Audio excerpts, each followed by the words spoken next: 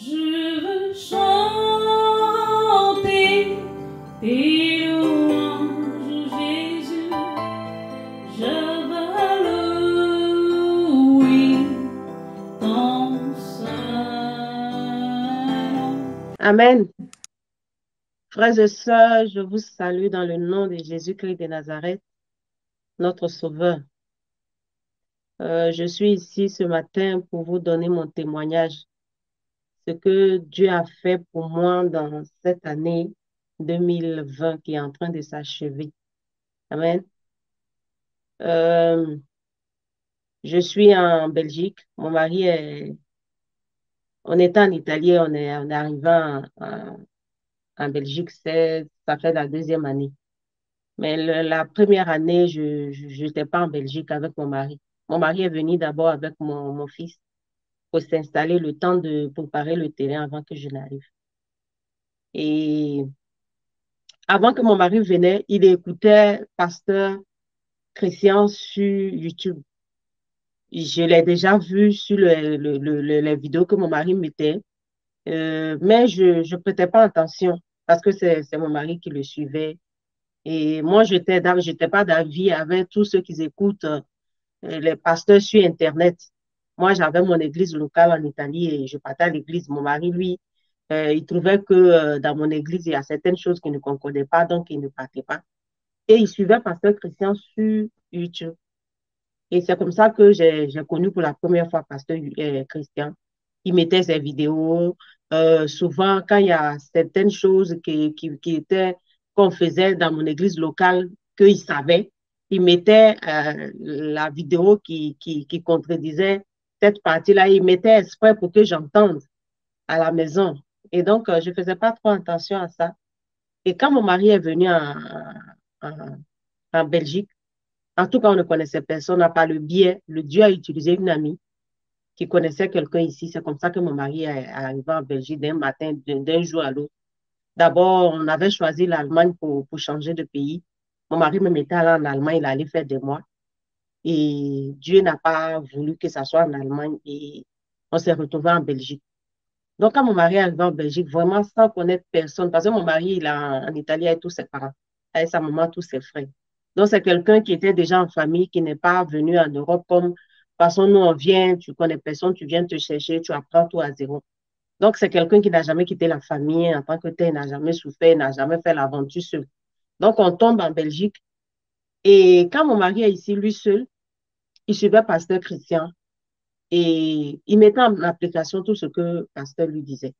Donc, c'est comme ça qu'il a commencé à me parler de Pasteur Christian avec le ministère de la vie de sanctification. Donc, quand moi je venais le voir, on suivait ensemble. Et pendant le confinement, il y a eu quelque chose qui s'est passé.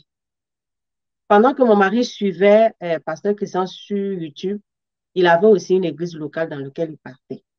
Et pendant le confinement, il y a eu un événement qui s'est passé dans l'église locale et mon mari a décidé qu'on ne parte plus parce que c'était pas bon. Donc, on s'est concentré maintenant à suivre les vidéos en direct, à faire le culte en direct avec le ministère. Et c'est comme ça que maintenant, ça va. Quand on a commencé à regarder les vidéos de pasteurs chrétiens et de l'église, je ne voulais plus aller dans l'église locale où on partait. Ça veut dire que à chaque fois qu'on partait, il y a des choses contradictoires qui sortaient dans l'église locale où on part en Belgique ici. Et mon cœur n'allait plus. Mais comme je partais avec mon mari, c'est mon mari qui était, il avait aussi une position dans l'église. Et donc, je ne pouvais pas dire que je partais pas, mais je partais avec beaucoup d'amertume quand même. Et je faisais part de ça à mon mari. Mon mari dit non, peut-être que comme tu viens d'une église où il y avait beaucoup de monde, il y a beaucoup d'ambiance, peut-être que c'est ça qui te fait ça. Il faut prier et demander à Dieu. Et comme ça, quand le problème est arrivé, que mon mari a décidé qu'on ne partait plus, j'étais vraiment en joie. Et on suivait Pasteur Christian, on suit toujours. Et je suis tombée enceinte. Quand je suis tombée enceinte, j'étais vraiment un peu bousculée. vu que ma petite était encore un peu plus petite. Et dans mes prières, j'ai dit à Dieu de m'aider à enlever cette angoisse-là. Et un jour comme ça, mon mari m'a dit, ah, essaie un peu de faire une action de grâce et demande la prière au ministère de la vie de sanctification. J'ai dit, OK, mais je ne l'ai pas fait. Je priais moi seul, et la grossesse avançait. Arrivé vers la fin de la grossesse, j'étais un peu plus malade. J'étais plus angoissée. J'étais, j'avais un pressentiment que quelque chose n'allait pas. Je faisais une fin de grossesse difficile, vraiment. Je n'étais pas malade en tant que telle, mais j'ai le pressentiment que quelque chose n'allait pas. Je n'étais pas en joie de fin de grossesse. De toute façon, nous, les femmes, quand tu es en fin de grossesse, tu as acte d'accoucher, tu es pressée que la date d'accouchement arrive. Souvent, on fait beaucoup de marches, on fait des sports, on se donne un peu de petites touches pour pouvoir booster l'accouchement. Mais moi, je ne le faisais pas. Au contraire, mais j'avais peur que cette date-là arrive. J'avais vraiment peur. J'avais vraiment peur. Dans le même moment où j'étais fatiguée, il y avait la fatigue de fin de grossesse. Dans le même moment, j'avais peur que le jour de l'accouchement arrive parce que j'avais peur de l'accouchement. Et je suis allée à l'hôpital. J'étais à 1 mois et demi de la fin de, de la grossesse. Et je fais l'échographie, l'avant-dernière échographie de l'accouchement. Et l'échographie me signale que mon enfant, avant ça, moi-même, je sentais déjà que mon enfant ne bougeait pas trop beaucoup parce que il bougeait beaucoup, beaucoup, beaucoup. Je sentais vraiment ça. Et vers 1 mois et demi de la fin, je sentais qu'il ne bougeait pas beaucoup. Il bouge, mais je sentais que il était beaucoup, il était dans une position où il n'avait pas beaucoup de mouvement. Et quand on allait à l'hôpital, l'échographie a confirmé que vraiment l'enfant, il était en position de siège. Euh, bon, les Blancs, ils ont plusieurs manières d'expliquer. Il y a 3 types de positions de siège. Mais pour moi, c'était le dernier cri où il n'y avait rien à faire. Il était en position de siège. Ça veut dire que ses 2 pieds étaient collés à ses fesses et on ne pouvait même pas tendre ses pieds et faire un autre mouvement si ce n'était pas euh, la césarienne. Donc, l'échographie, moi, je vois sur l'échographie que l'enfant est en position de siège. Et je sentais même déjà dans la position où il était, dans mon sein, je le sentais il n'était pas en bonne position parce que ses mouvements étaient limités. Et en plus du siège, on m'annonce que il est gros. L'enfant a du poids. Donc, on m'annonce à 1 mois et demi de la grossesse, de la fin de la grossesse, que l'enfant avait déjà 4 kilos. Je dis, mais non. Et le gynécologue dit, non, madame, c'est trop exagéré et il faut faire quelque chose. Pendant ce temps, avant ça, pour ma fille à l'avant-dernière, j'avais un diabète de grossesse. Et avec lui aussi, j'ai eu le même diabète de grossesse. Avec ma fille, je n'ai pas traité de diabète de grossesse. J'ai dit que la volonté de Dieu soit faite et j'ai mangé tout ce que je devais manger tranquillement. Ma fille n'a rien eu. Elle est née normalement 3,50 kg, je crois, même pas 100. Donc, elle avait un poids normal, elle n'avait pas grossi, non. Donc, le gynécologue me dit comme ça, madame, avant ça, on m'a dit que j'avais un diabète de grossesse. Donc, je dis, OK, c'est la routine, quoi. Donc, les sages-femmes, les gynécologues insistent que je me fasse piquer, que je contrôle le taux de sucre, tout ça. J'ai dit non. Moi, je suis chrétienne, je ne vais pas rester là en train de me piquer, contrôler le taux de sucre. Non, que la volonté de Dieu soit faite. C'est Dieu qui guérit. Moi, je sais que au nom de Jésus, je n'ai pas de diabète, donc je ne contrôle pas. Moi, je suis en famille. Qu'est-ce que je vais préparer maintenant? Ma part, préparer la part des enfants? Non. Donc, je ne fais rien. Au fur et à mesure que je vais à l'hôpital, ils disent que non, il faut que tu contrôles. Je dis, moi, je suis chrétienne. Et je sais que le diabète n'a pas de pouvoir sur ma vie, donc je ne contrôle pas. Et le jour que le gynécologue fait l'échographie, il constate que l'enfant est gros. Il me dit, madame, c'est le taux de sucre, c'est le diabète que vous n'avez pas contrôlé qui fait grossir l'enfant. Et à ce point, l'enfant a un risque, vu qu'il reste encore 4 semaines pour arriver à la fin de la grossesse. Et il a déjà 4 kilos. C'est déjà très, très, très grave.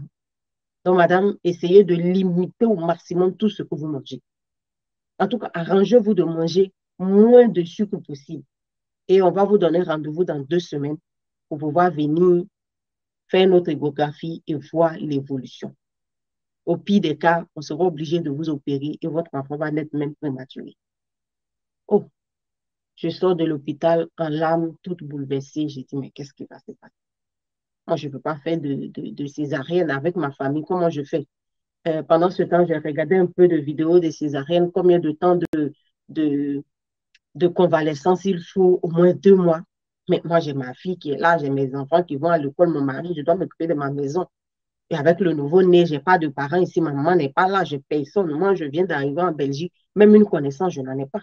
Ou dit même que je peux demander même service à quelqu'un pour venir me donner un coup de main, je n'ai pas. Je ne peux pas faire une césarienne et puis être bloquée pendant 2 semaines, une césarienne où je ne peux même pas soulever même ma fille de 10 kilos. Non, ce n'est pas possible. Donc, je sors en larmes, je viens, je trouve mon mari dans la voiture. Il me dit, mais comment ça allait? Pourquoi tu es comme ça? Je dis, ah, on dit non, que l'enfant est trop gros. Je suis à 98% à risque césarienne.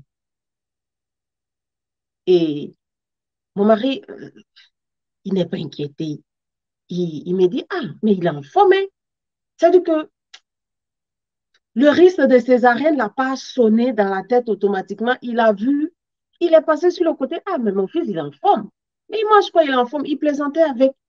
J'étais fâchée, je dis, mais chérie, moi, je viens te dire qu'il y a une situation.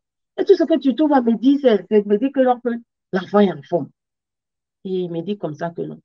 Chérie, je te dis toujours que tu es un Dieu que tu pries et que tu es chrétienne.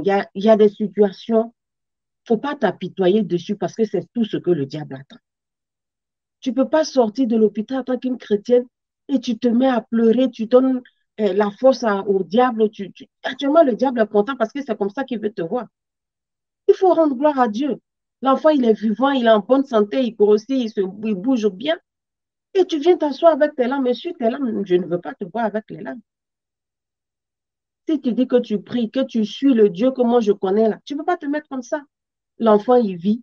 Le plus important, il est en bonne santé. Il bouge bien. Le Dieu que tu pries là, si tu lui dis que tu ne veux pas coucher par césarienne, il va le faire. Il va le faire. C'est pour ça que tu es comme ça. Moi, je ne vois même pas ça comme un problème. Donc, bon, je suis un peu découragée d'une manière, je suis mes larmes, on fait le chemin, on arrive à la maison. J'attends une semaine. Bon, je pensais que mon mari allait prendre les devants, me dire, OK, fais une demande de prière ou bien euh, on va faire une demande ou bien quelque chose. Il me dit rien. Matin, il me demande comment tu vas. Il me dit, non, arrête de rester comme ça. Passe à autre chose. La grossesse, ça continue. Et une nuit, je dormais, j'ai prié, j'ai dit, OK, je suis un ministère et que j'aime bien. Et Dieu est dans ce ministère. Mon cœur est dans ce ministère. Dieu est dans ce ministère. Je vais faire une demande de prière. Et il me restait 3 semaines de la fin de la grossesse. J'ai envoyé ma demande à Pasteur Christian. Je l'ai écrit avec mes mots. Je dis, ah, Pasteur, bonjour. Je suis en fin de grossesse et j'ai une grossesse difficile. La fin de grossesse est difficile. Et je l'envoie mon message et je lui dis, Pasteur, euh, je suis en fin de grossesse. J'ai fait une échographie. On me dit que mon enfant, il est en siège. Non seulement il est en siège et il est gros. Je suis à 98% de césarienne. Je demande à votre Dieu que vous priez, qui est dans ce ministère, de m'aider à m'éviter une césarienne. Et le dimanche qui suit, j'ai envoyé mon message vendredi. Et le dimanche du culte, le pasteur fait la demande de prière. Et on prie pour moi. Mais il ne rentre pas dans les détails. Il dit seulement, on va prier pour la sœur qui est en fin de grossesse, mais on va demander à Dieu que l'accouchement se passe bien. Donc, on prie. Et moi, après, j'ai dit, ah, mais il n'a pas prié parce que j'ai dit que je vais faire césarienne, tout ça. Il n'a pas spécifié ça. Il n'a pas dit que mon enfant était gros, tout ça. Que l'enfant en siège, tout ça. Bon, il n'a pas spécifié. Mon mari dit, ouais, tu as envoyé le message à Dieu. Dieu sait lire plus que tout le monde. Donc, reste tranquille. On a prié, pasteur a prié dessus. Ça va aller. Et une semaine après, je repars à l'hôpital. Ils font l'échographie. Avant ça, parce que j'ai fait la demande vendredi et dimanche, on a prié. Lundi, mardi, je ne me rappelle pas bien, entre mardi ou mercredi, j'ai senti que mon enfant a changé de position. Amen. J'ai senti que l'enfant a changé de position parce que quand il était en position de siège, je sentais que mon ventre tirait beaucoup et j'avais beaucoup de douleur. Mais entre mardi et mercredi, je sentais que ces mouvements ont repris et j'étais convaincue qu'il n'était plus en siège. J'étais vraiment convaincue. Et le vendredi qui a suivi, j'avais une échographie, je suis allée. Et elle a checké, elle a fait l'échographie. J'ai vu que l'enfant avait changé. Elle me dit, hmm, vous avez parlé à votre bébé. Je pense qu'il a écouté et il a changé de position. Il est en position normale d'accouchement. J'ai rendu gloire à Dieu. Et la gynécologue me regarde et dit oui, j'ai un Dieu qui est puissant. C'est lui qui a fait le miracle. Il a tourné et il a déposé dans la position qu'il faut. Mais ce n'est pas fini. Elle me dit oui, il a tourné, mais ce n'est pas fini. Ton enfant a encore augmenté de poids et il est trop gros. À cet allure, on ne peut plus le laisser. Et on va vous programmer pour l'accouchement déclenché. Amen. Encore là, je dis non. C'est un Dieu qui a commencé quelque chose et va le terminer. S'il a tourné l'enfant dans une position d'accouchement, ça veut dire que je dois accoucher naturellement. Et là, je n'ai pas paniqué. Je n'ai pas pleuré. J'étais pas. Non. J'avais tellement confiance que je savais que j'allais accoucher par voie basse. Et c'était un vendredi, un programme pour mercredi, pour le déclenchement de l'accouchement. Mercredi matin, 7h. 7h, on se lève. J'étais même arrêtée, je faisais tranquillement. Mon mari dit, mais toi, tu as rendez-vous à 7h. Je dis, oui, c'est l'accouchement. C'est pas que quand je vais arriver, on dit, comme je suis en retard de partie. J'étais tranquille et j'arrive à l'hôpital. J'étais arrivée même à 8h. Et le temps de me positionner, tout ça, à 8h, ils m'ont mis la perfusion pour le déclenchement, tout, tout, tout. Je suis restée à l'hôpital de 8h à 20h. Rien. Bon, avant 20h, vers les 16h, les sages-femmes venaient. La gynécologue qui a fait le tour de matin, elle est partie à 14h. Celle qui est revenue 14h, elle est partie. Et elle voulait même partir vers les 16h. Le gynécologue, le responsable de la gynécologie vient, il me regarde, il m'examine. Il me dit, madame, votre enfant, il est tellement monté parce que moi, votre échographie que j'ai ici de vendredi, l'enfant était à tête basse, très bien positionné. C'est pour ça qu'on a programmé la provocation. Mais maintenant, il est monté, c'est tellement haut qu'on ne va pas insister. Parce que si on insiste, non seulement on va vous fatiguer vous-même, on va fatiguer l'enfant. Et ça sera dommage qu'on termine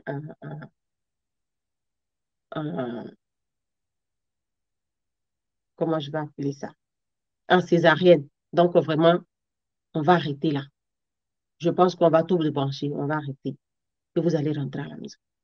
Je dis, comment ça? Ça, c'est quoi ça encore? Moi, je n'avais jamais entendu parler que on peut faire une provocation. Ça veut dire que on va te provoquer, on provoque un accouchement et ça ne marche pas. Donc, avant de partir, j'ai prié, j'ai dit, Seigneur, mets en face de moi toutes des personnes expérimentées, des personnes qui savent faire leur travail. Il ne faudrait pas qu'ils fassent des erreurs sur ma vie, sur la vie de mon enfant. Et je suis arrivée là, première sage-femme qui m'a appris, avec le gynécologue, tout est allé bien. Des gestes impeccables. J'ai dit, gloire à Dieu. Et elle a fini son tour, elle est venue me saluer, elle m'a dit, ah, j'allais être contente de voir naître ton bébé, mais malheureusement, il n'est pas venu. Moi, je descends. Mais il y a une autre femme qui vient, celle qui vient aussi. Elle est très bien. Et je vais lui dire de bien s'occuper de toi. Je ne sais pas, mais j'ai une sympathie pour toi. Et je vais lui dire de bien s'occuper de toi. Et la deuxième qui vient, vraiment, c'était un ange. Elle avait une expérimentation. Ici, toutes les femmes qui vont écouter ce témoignage savent. Elle m'a fait utiliser tous les accessoires qu'il faut pour faciliter l'accouchement. Parce qu'elle savait dans mon dossier que mon bébé était gros. Et quand elle m'a examiné, elle a vu qu'il était gros, donc il y avait peu d'espace de mouvement. Et elle a su me faire pratiquer tous les gestes possibles pour que j'accouche. Et on est allé avec elle jusqu'à... Elle aussi, c'est celle du deuxième tour. Elle devait finir à 22h. Elle est venue me dire que vraiment, si ton enfant ne vient pas, je serai de cœur avec toi. Donc, on passe aussi toute la journée. celle de deuxième tour, elle vient me dire, vers les 16h, 17h, on peut commencer l'accouchement. Maintenant que tout est déjà disponible pour qu'on commence l'accouchement. Mais mon esprit me dit, ça c'est la sage-femme qui vient me dire ça. Mon esprit me dit qu'on ne doit pas te forcer. C'est vrai que l'enfant est bien descendu, ton col est relax, ton corps est relax, mais mon, mon expérience me demande qu'on te laisse encore des heures, 1 heure, 2 heures. Il faut que l'enfant prenne la décision de descendre naturellement lui seul. Il faut prendre le temps. Il ne faudrait pas forcer les choses parce qu'en forçant, ça peut, ça peut ne pas aller bien. Donc, c'est vrai que tu es en position, on peut actuellement commencer à faire l'accouchement et tu vas accoucher. Mais mon esprit me dit que je dois te laisser te reposer bien, que tout descende bien naturellement. Et comme ça, il me laisse encore 1 heure, 2 heures. Elle vient me regarder, il est 20h. Elle me dit, j'ai bien envie d'essayer de te faire accoucher parce que je veux que tu accouches avec moi. Mais ce n'est pas moi qui prime. C'est ta santé et la santé du bébé. Elle m'examine encore. Elle me dit, il est descendu, mais j'ai l'impression qu'il n'est pas encore trop stable, mais je vais te laisser encore. J'ai bien envie de... Mon esprit me dit de te laisser encore. Prends le temps. Il faut que l'enfant descende bien. Elle m'examine. On voit le battement de cœur de l'enfant, il se porte bien. Si l'enfant il se porte bien, il respire bien, le battement de cœur normal, on n'a pas à se presser, on n'a pas à forcer. Et elle finit son tour à 22h. Elle part. Elle vient me dire, je m'en vais. Et je sais que dans les 30 minutes, les 1 heure, tu vas accoucher et j'aurai une bonne nouvelle. Je lui dis Amen et elle va. J'étais déjà en train de me désespérer. Je dis, mais comment? Et celle aussi est partie. C'est les femmes de nuit là qui vont revenir encore. Ah, mais je ne vais pas passer la nuit ici. C'est comment? Même si on doit me faire une césarienne, il faut que ça soit dans la journée. Ce n'est pas que je vais faire toute la nuit ici. Elle part. Et j'étais dans la chambre avec mon mari seul. Je, naturellement, j'accouche. Même j'ai pratiquement accouché moi seul. Parce que quand j'ai dit à mon mari d'appeler les sages, elles sont arrivées. J'ai jamais eu, c'est mon 4e enfant, j'ai jamais eu un accouchement aussi agréable, facile, paisible, waouh, rapide. J'ai accouché en 1 minute, pas plus. 1 minute, pas plus. Ça veut dire que quand la sage-femme et le gynécologue sont venus se déposer, ils ont mis leurs gants, le temps de mettre leurs gants, déposer les trucs. J'avais déjà accouché. En 2 pouces, j'avais déjà accouché 1 minute. Même ma fille, l'avant-dernière, qui était 3 kilos, j'ai accouché difficilement. Mais celui-là, j'ai l'impression que un ange a mis la main dans mon ventre et il a enlevé le bébé pour le faire sortir. J'ai accouché en 1 minute. Et les sages-femmes se regardent, la gynécologue, la sage-femme dit que mais ça, c'est un record. C'est-à-dire que le temps qu'elle est assise, elle n'a pas dit, Madame poussée, j'avais déjà accouché. Mon mari dit non. Parce que, avec l'avant-dernière, mon mari a vu l'accouchement, comment c'était, il dit non. Mais ça, c'est un miracle. Et mon fils est né sans complication. Il est né avec tout son poids, 3 kilos 780, sans aucune déchirure. Je n'avais rien, ni douleur, ni rien, rien. Avec ma fille précédente, elle avait seulement 3 kilos. Après l'accouchement, j'avais encore des caillots de sang. On m'a refait encore l'anesthésie pour pouvoir me soigner. Mais mon fils, dès que j'ai fini, j'étais à l'aise. Je n'avais rien parce qu'il y a un Dieu dans ce ministère qui a opéré un miracle, qui a écouté ma voix. Quand je lui ai dit, papa, je ne veux pas accoucher par césarienne, il m'a fait accoucher naturellement, le plus naturellement, le plus facilement possible. Waouh! Et je disais comme ça à mon mari que, ah, ça, c'est mon dernier enfant. Mais avec mon accouchement, euh, je pense que je vais faire un autre.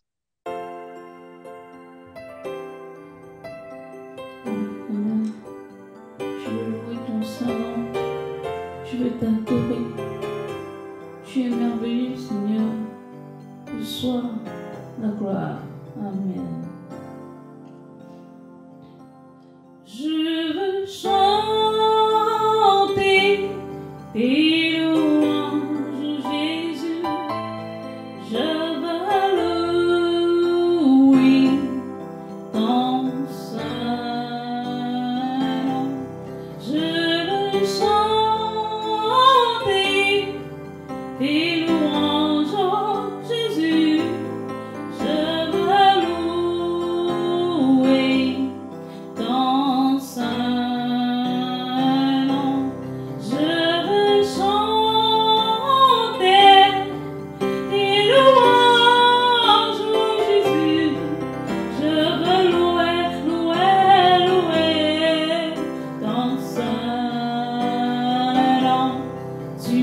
es digne